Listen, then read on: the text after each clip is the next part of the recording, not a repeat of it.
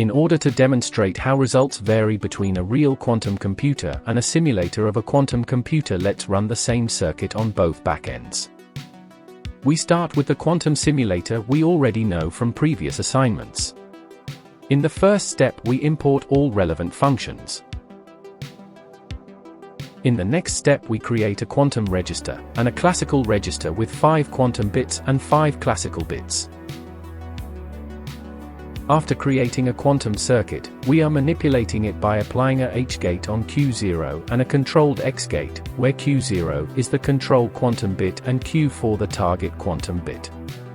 Additionally, we apply a X gate on Q1 and add a controlled X gate from Q1 to Q2 and Q3. We end the circuit by storing the states of the quantum bits in classical bits and measuring them.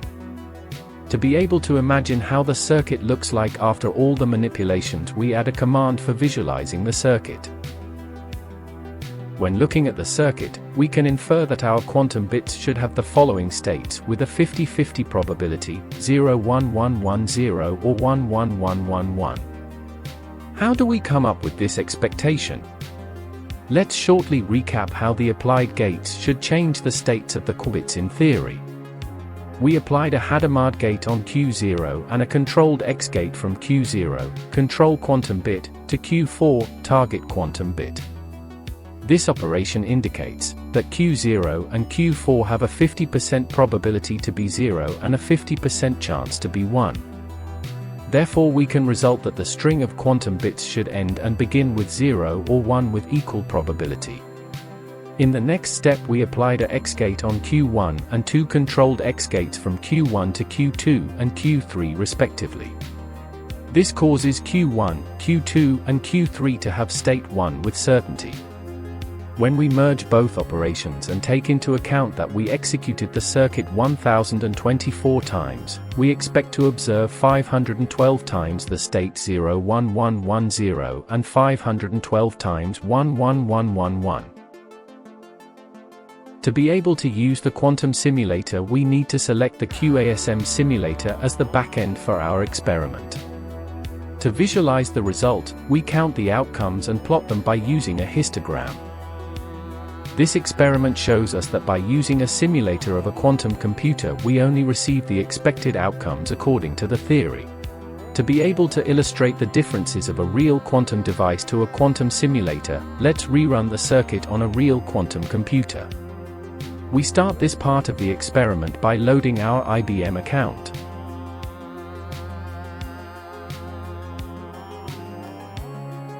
With the following code, we can check which quantum computers are available, how many quantum bits they provide, and how long the queues are currently.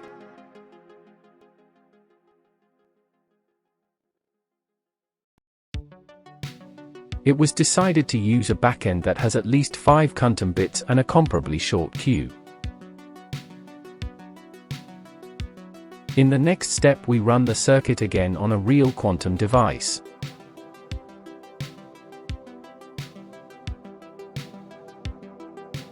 When plotting the results, we can notice that we have a high error rate in this computation. As the probabilities of the desired results sum up to 89.2%, we can conclude that the error rate of this computation amounts to 10.8%. As the technology of quantum computers is still improving, also new methods to detect and to cancel noise are currently in research.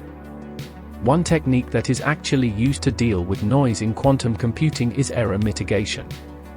The logic behind this method is to determine the effects of the measurement error and to use this insight to estimate the real results without the error. Let's figure out how it works. To be able to mitigate errors, we need to import the toolbox Ignis by Qiskit.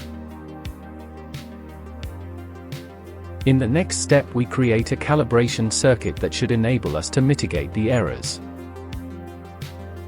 We also need to run the calibration circuit on a real quantum device with the same number of shots.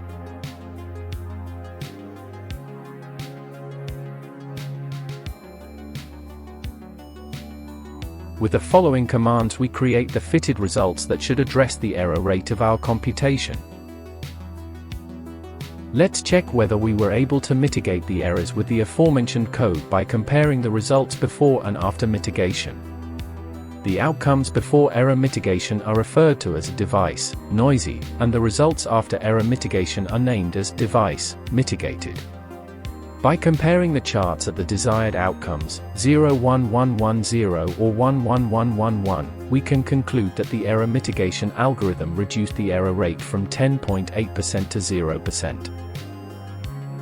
We can also use the fitted results to mitigate errors for other circuits with the same number of quantum bits. To verify this statement, let's create another circuit with 5 quantum bits. You can either apply the operations of the following or come up with own ideas how to manipulate the quantum bits. However, it is necessary that the circuit contains 5 quantum bits and that we measure them all at the end of the circuit.